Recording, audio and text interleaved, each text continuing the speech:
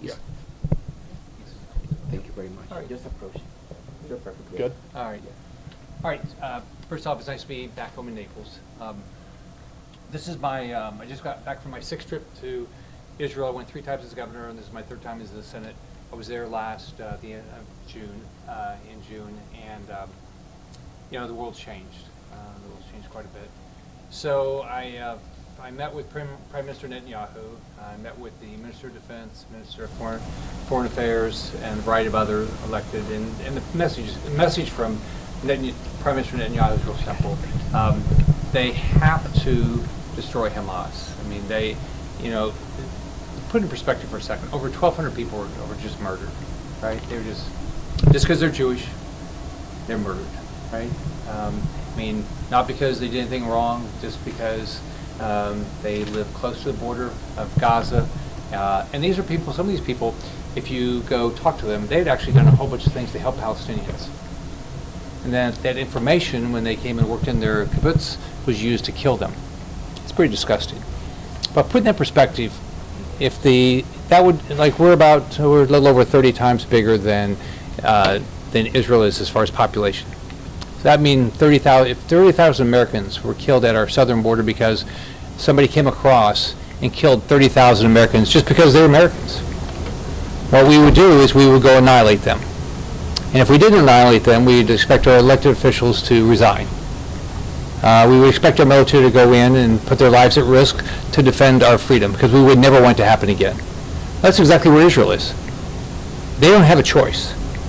They do not have a choice. They have to destroy Hamas. They have to destroy Hamas. If they don't destroy Hamas, then whether it happens next week or next year or 10 years from now, no one in Israel can live in peace. No one can. So they don't have a choice. When you talk to them, what they have to do to finish Hamas, they have to go into Rafah. That's where they are. There's 4 battalions in Rafah. They have to be destroyed. And if they're not destroyed, what's going to happen is they're going to be rebuilt. And then the same thing will happen again. Because if you listen to whether it's what Hamas is saying, or what Iran is saying, or what Hezbollah is saying, or what the Houthis is saying, they want to destroy Israel and they want to kill Jews. So our job as Americans is to support them. First off, it's the only democracy in the Middle East. That's number one. Number two, they're one of our greatest allies, if not our best ally in the entire world. They always support America. So when I met with Prime Minister Netanyahu, the message was, give us the time and the space to destroy Hamas and support what we're trying to do. And they said, we're doing it whether we get America's support or not. They don't have a choice. They are doing it. They will destroy Hamas. And you really have to admire the IDF soldiers. They're putting their lives on the line. And they're doing it every day. And they're doing everything they can to do this in a manner where they don't kill civilians. But Hamas is the one that's killing civilians, because Hamas is the one that's using civilians as a shield. Hamas is the one that has their centers around hospitals or schools. Right? That's what they're doing. If you follow one of the latest things is IDF soldiers went in and killed a lot of Hamas that came back to the Shiva hospital. Not one civilian was killed, because the IDF is doing everything they can to do it right. The next thing I did is I met with Americans, families that have Americans that are held hostage. There's not just Israelis held hostage, there are Americans held hostage. Right? I've got it up in my office in my Senate. I've got a picture of all the hostages, and there's a group that's doing this worldwide, but they have milk cartons with hostage families. I've got the little boy Ariel, a little 4-year-old boy, his picture on the milk carton I've got. These families are just. Can you imagine? One, you don't know if you don't know if your family member's alive. You don't know how they've been treated. What you do know is Hamas beheaded babies. What you do know is Hamas raped women. What you do know is Hamas beheaded women after they raped them. What you do know is Hamas burned people alive. Here's what you know. So you're scared to death what happened to your family. You're scared to death. and they want to do everything they can to get the hostages home, and that's how you would be too. Then I had the opportunity to go to kibbutz Kfar Aza. Kfar Aza is about half a mile from Gaza. I was there in 2019 on an APAC trip with my wife. And the same lady that gave us the tour, Shin, I met her there. I talked to her since. She's only alive because she was out of the country. Her son's only alive because he was out of the country. She's right next to where all the weapons were, or the army where all the weapons were being held. So guess what happened? Everybody along there was killed. That's where Hamas went first. And guess what? They stationed right next to there. So as the men and women came to get their weapons, they shot them in cold blood. So I went to houses where a young couple was just shot point blank. I went where a family was burned alive. I went and heard the story of a 9-year-old boy that saved the life of his 6-year-old sister by hiding in a cupboard. And he had to walk over his mom's dead body to get a battery to keep charging the phone as he was talking to IDF. He called 911 and was telling IDF, and his house was right at, you could see Gaza. It was right at the fence. It was the first house. This 9-year-old boy is alive because he had the presence to hide with. He got his 6-year-old sister and hid next door, or in a cupboard, and they showed me the cupboard. I walked through streets, and I walked in 5 years ago and saw kids playing everywhere. They're all over the place. This place was full of kids. No kids today. There's not one child there today. Who knows if they'll ever get to go back? They will not go back if Hamas is not destroyed. They cannot go back unless Hamas is destroyed. So then by the way, there over 60 people died, and there's people held hostage.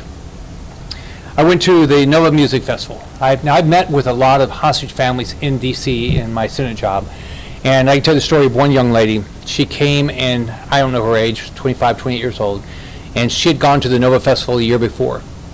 She invited every friend and bugged them and bugged them and bugged them to come. She said, "It's unbelievable, the music festival. It's so nice." Every one of her friends is dead. Every one of her friends. Because she got them all to come. The only ones that are alive are her and her boyfriend and friends that are held hostage, which she doesn't know if they're alive today. Like, we don't know if any of the hostages are alive today. Hamas doesn't give you information. And by the way, when we know somebody died, like there's a family from New Jersey, their son joined the IDF, and he's dead. They know he's died. But Hamas won't give the body back. They don't know if they'll ever get the body back. There's bodies in Gaza right now that Hamas has been holding for years. That's despicable. I met with a survivor there who told me he went there with his friends and with 3 friends, and he was the only one that survived. They left different ways to go back to Tel Aviv, and the way he went, he survived. The way his friends went, they died. I talked to another young lady. This was back when I was in D.C. She survived, and all of her friends died, but her and her boyfriend the only reason they survived is they just kept running. They never stopped. They were being hunted down like rabbits. This is what Hamas did.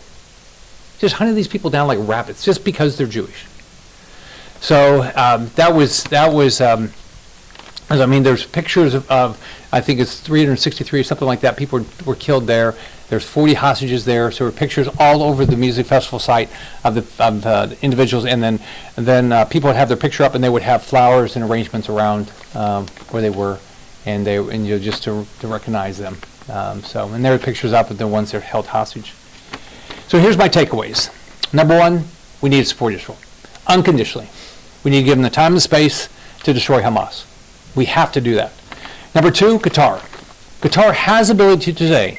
All right, think about it. The leadership of Hamas is living in luxury in Qatar. Mm-hmm. Today, Qatar could get all the hostages out. Why aren't they doing it? Now, America, we have a military base in Qatar. Why do we have a military base in Qatar when they are sitting there, right? They could control whether these hostages are released or not, and they're not lifting a finger. So that's wrong. Number 3, we all have to stand. If this is not a partisan issue, we all have to stand with Israel. And number 4, there's a day of reckoning for Iran. If there's not a day of reckoning for Iran, this is not going to stop. Maybe it's they destroy Hamas, then what happens with Hezbollah? Destroy Hezbollah, what happens with the Houthis? They destroy the Houthis, what happens with the Iranian Guard, Revolutionary Guard? So that's what that's what we have to do. This impacts not just people in Israel, it impacts a lot of Americans. A lot of Americans have family and friends there. I'm going to stand up for Israel and for Jews, and we also have to fight anti-Semitism. If there's any anti-Semitism, all of us, not just if you're Jewish, all of us have to say that's wrong. We all have to say that's wrong, that's despicable, you should not be able to do that, and hate crimes, you go to jail. So with that, I don't know if anybody else wants to say anything, or I can take questions. Hi, Senator Scott. Nice to meet you. My name is Hi. Alexa Velez. I work at NBC2. Microphone. Thank you. Well, what she gets to right now, thank you Yeah. for doing this, for coming back, and for supporting us. I think that the message about anti-Semitism is probably the most important. I hope when you guys edit this, you focus on that, because it's not just Israel, it's all of us. And as they always say, we're the canaries on the That's right. vine. It's just starting with Jews. Correct. I mean, this is not just going to be about Jews. This is going to be about all of us, our way of life. This is the beginning of, I don't know why they want to start with Jews, but they're starting with Jews, but this is to annihilate America's way of life. Somebody coined the word pro-Semitism as opposed to anti-Semitism, which I thought was pretty clever. Okay. All right, go ahead. So, hello. Nice to meet you. Can you tell me what were the main topics of discussion during your meetings with Prime Minister Benjamin Netanyahu? So we talked when I met with Prime Minister Netanyahu, we talked about what they were doing to what they had to do to destroy Hamas. I mean, probably the takeaways with that meeting was, one, what they were doing had to do to destroy Hamas. That's number one. Number two is what they're trying to do to make sure they take care of Gazans. All right, they're in contrast to what Hamas did, where it came down and tried to just destroy people. They don't want to do that with civilians in Gaza. They're supporting humanitarian aid. There's humanitarian aid going in all the time. They do know that they're going to have to continue to be movement of people. Civilians are going to have to move out of the way of harm. Because what Hamas has done is the leadership of Hamas is sitting in Rafah. They're surrounded by people, right? They got like 500 kilometers of tunnels throughout Gaza, built with our money. And so I think what the Prime Minister basically says is, give us time, give us space, give us the support. We're going. He says it's going to happen. Israelis will do this. I mean, I should have said when I started this, this was a rewarding trip. It was a sad trip, and it was an uplifting trip. What's uplifting about it is you can hear about the sad part. What's uplifting is there is an absolute commitment to protect the state of Israel and protect Jews. Can I have your next question? I'm Mahmoud Bennett with Fox 4. You talked about what an attack on the U.S. would look like if 30,000 of our citizens over here were killed. Israel has killed an estimated 30,000 people in Gaza, according to local authorities. That's 25 times the reported death toll in Israel, and many people are calling what's happening right now a genocide. Should Israel exercise any restraint, and do we have any obligation to tell them to do so? Well, first off, Israel exercises restraint every day. If you look at the way Israel has prosecuted this war, they've done everything they can to destroy Hamas and protect civilians. Who's not? It's Hamas. Hamas, think about it, where they built all their leadership is around hospitals, around schools, right? They're the ones, and they made, when Israel started going in, Hamas is the one who tried to prevent the Gazans from getting out of harm's way. What's your response to that 30,000 death toll, with mostly women and children being of that? And so Hamas Is that sad?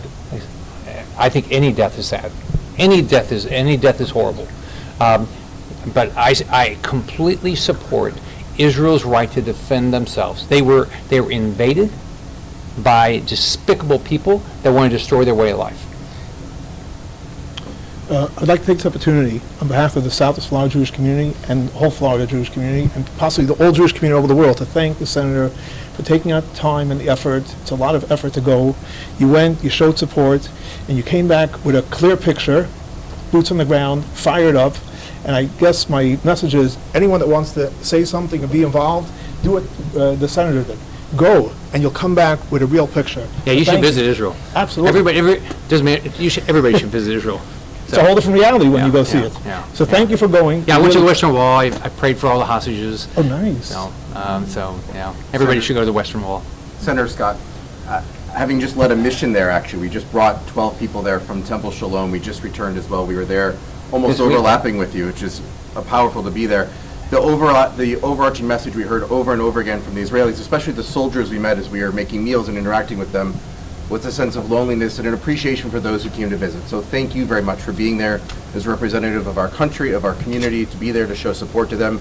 It's very disheartening to them to hear the statistics that are being inaccurately reported, taking the Hamas ministries' numbers, not taking into account the thousands of civilians in Gaza who have been killed by Hamas, by its weapons, by its people, not just as human shields, but by their own use of poor weapons and targeting their own Oh, yeah, civilians. they're So we supposed- appreciate you yeah. standing up for them, being there for them so they know that they are not alone in the world. 20% of the rockets that Hamas shoots out end up in Gaza. 20%. I mean, it's crazy. Do you have a question? I just wanted to ask you, hi, I'm Jolena with Link News. Hi. Thank you for the opportunity. I wanted to ask you more just about the visit. You said everyone should visit. This is your 6th trip. As terrible as the situation is, there's hope here. There's potential. Oh, if you go to first off, I've been baptized in the Sea of Galilee. I'm a Christian, and I've tried to walk as many places where Jesus walked. One thing you should do in a positive way is you should see the city of David, where they're doing excavation right in Jerusalem. You should go to all the holy sites in Jerusalem. Everybody should do that. But right now, the biggest thing we have to do is we have to support what they've got to do to prevent this from happening again. I think the biggest thing right now is every American's got to say, what can I do to be helpful? And a lot of it is moral support. All right, there's clearly aid we need to give them. We got to get that passed. And I'm going to continue to work hard to get that done. But we also, there's groups that you guys have groups that are Yes, doing constantly. things. Yeah, there's constantly groups that are going. There's constantly care packages that are being sent. But if you think about this is not easy what they're doing. I mean, this is like in city warfare, and you're trying to destroy an enemy that doesn't care about their own citizens. They don't care about the Gazans. They kill Gazans if they don't do the right thing. They don't care if Gazans. They don't care. And think about the difference. So in the Second World War, what the Nazis did is they tried to hide the atrocity, right? Right? They're not trying to hide this. They walked in. They went over there with GoPros. They put it all up on the internet. They sold afterwards. Gaza, they sold hostages in Gaza. I mean, the stories you hear, you can't imagine who would raise a child to do these things. Like you can't imagine. I'm Stuart Price. I have the privilege of being the chairman of the board of the Holocaust Museum and Cohen Education Center here. My question is, what do you think of the administration's handling of the UN resolution, abstaining from the resolution? You can't imagine. I mean, so first off, I think everybody would like a ceasefire the day after Hamas is destroyed. Okay, but to say you want a ceasefire whether Hamas is destroyed and whether hostages are back, that's basically what the United States abstained from. That makes no sense, and I think it sent completely wrong message to Israel. When is Hamas destroyed? What's that metric? How would we know?